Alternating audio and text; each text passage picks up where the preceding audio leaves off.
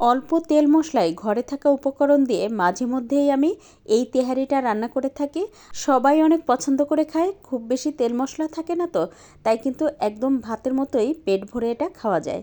আর আজকে আপনাদের সাথে আলু দিয়ে কিন্তু বিফ তেহারি শেয়ার করব। তার জন্য চুলায় একটা প্যানে দিয়ে দেবো আধা কাপ পরিমাণ সরিষার তেল। এবার এই তেলের মধ্যে দিয়ে দেবো ছোট করে কেটে রাখা আলু। আসলে তেহারি রান্না করার জন্য আলু অথবা মাংস দুটোই কিন্তু ছোট করে কেটে নিতে হয়। বিরিয়ানির মতো এত বড় করে মাংসটা বা আলুটা কাটা লাগে না। আর আলুটা যেহেতু আমি ছোট করে কেটে নিয়েছি, তাই কিন্তু আমার এটা ভাজতে খুব বেশি সময় লাগেনি। তো 4-5 মিনিট ভেজে নেওয়ার পরে আলুটা কিন্তু বেশ ভালোভাবে ভাজা হয়ে গেছে। এবার তেল ঝরিয়ে তুলে নেব। আর এবার এর মধ্যে দিয়ে দেব গরম মশলা ফোড়ন। দিয়েছি এলাচ, দারচিনি, লবঙ্গ আর তেজপাতা। দিয়ে 10 সেকেন্ড ফোড়ন তুলে দিয়ে দেবো 1 কাপ পরিমাণ পেঁয়াজ কুচি। পেঁয়াজটা 2 মিনিট মতো ভেজে নিয়ে এখন এর মধ্যে দিয়ে দেবো 2 টেবিল চামচ পরিমাণ আদা রসুন বাটা। দিয়ে খুব ভালোভাবে কষিয়ে নেব যেন মশলার কোনো কাঁচা গন্ধটা না থাকে। তো এই পর্যায়ে দিয়ে দেবো হচ্ছে বেশ কয়েকটা কাঁচামরিচ। কাঁচামরিচগুলো আমি মাঝখান থেকে একটু ভেঙে দিচ্ছি, এতে করে ঝালটা খুব ভালোভাবে ছড়াবে। 2-3 মিনিট মশলাটা ভালোভাবে কষিয়ে নেওয়ার পরে এই পর্যায়ে দিয়ে দেবো 2 টেবিল চামচ পরিমাণ টক দই। আর টক দইটা কিন্তু আমি খুব ভালোভাবে ফেটিয়ে নিয়েছিলাম, এতে করে কিন্তু টক দইয়ের আর ছানা কেটে যাবে না। তো তারপরে আরও 1-2 মিনিট মতো ভালোভাবে কষিয়ে নিয়ে এই পর্যায়ে দিয়ে দেবো ছোটো করে কেটে রাখা গরুর মাংস 1 কেজি পরিমাণ। তো এখানে কিন্তু মাংসটা আমি খুব ভালোভাবে ধুয়ে পরিষ্কার করে নিয়েছি। এই তো এখন মশলার সাথে মাংসটা 5-6 মিনিট খুব ভালোভাবে ভেজে নেব, মানে কষিয়ে নেব। 6 মিনিট কষিয়ে নেওয়ার পরে দিয়ে দেবো স্বাদমতো লবণ আর 1 চা চামচ পরিমাণ ধনে গুঁড়া, 1 চা চামচ পরিমাণ জিরা গুঁড়া আর দিয়ে দেবো 2 চা চামচ পরিমাণ গরম মশলা গুঁড়া। আচ্ছা, এই গরম মশলা গুঁড়ার রেসিপি কিন্তু আমার ভিডিওতে দেওয়া আছে, চাইলে কিন্তু আপনারা দেখে নিতে পারেন। তো এটা কিন্তু আমি ঈদের আগেই আপনাদের সাথে শেয়ার করেছিলাম। আপনাদের ভালো লাগলে কিন্তু আপনারা এই রেসিপিটিও দেখে নিতে পারেন। তো মশলা দিয়ে আরও 3-4 মিনিট খুব ভালোভাবে কষিয়ে নিয়ে দিয়ে দেবো 1 কাপ পরিমাণ গরম পানি। তারপর ঢাকনা দিয়ে ঢেকে চুলার আঁচ মিডিয়াম রেখে রান্না করে নেব, মাংসটা যেন 60% মতো সিদ্ধ হয়ে যায়। আর মাঝে মধ্যে কিন্তু আমি ঢাকনা খুলে নেড়ে দিয়েছিলাম। তো এই তো দেখতেই পাচ্ছেন মাংসটা কিন্তু প্রায় 60% মতো সিদ্ধ হয়ে গেছে। এখন এর মধ্যে দিয়ে দেবো আগে থেকে ভেজে রাখা আলু।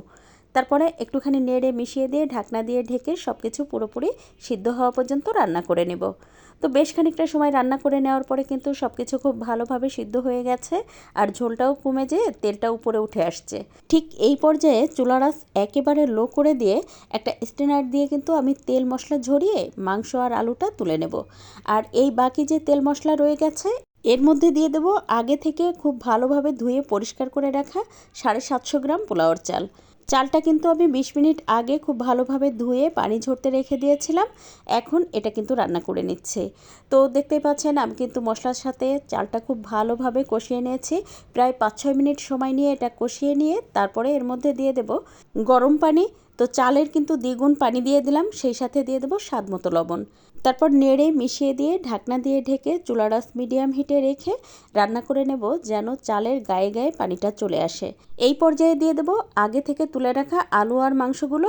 তারপরে দিয়ে দেবো বেশ কয়েকটা কাঁচামরিচ, এতে করে কিন্তু খুব সুন্দর একটা ঘ্রাণ আসে।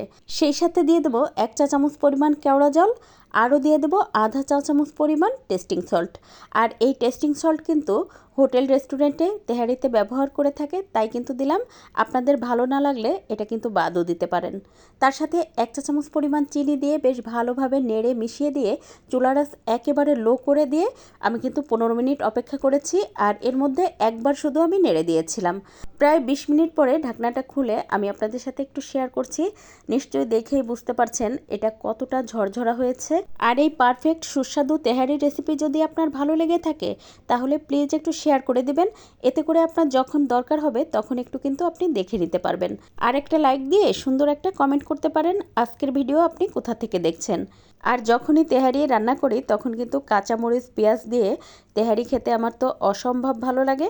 বিশেষ করে লেবুর রস চিপে কাঁচামরিচ ভেঙে যখন তেহারিটা মুখে দেওয়ার পরে 1 কামড় পেঁয়াজ নেই, তখন খেতে যে কী পরিমাণ মজা হয় সেটা যে আপনাদের কিভাবে বোঝাবো।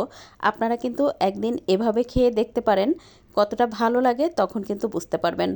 আজ এ পর্যন্ত, কাল আবার নতুন কোনো ভিডিও নিয়ে দেখা হবে ইনশাল্লাহ। সে পর্যন্ত সবাই ভালো থাকবেন, সুস্থ থাকবেন। আল্লাহ হাফেজ।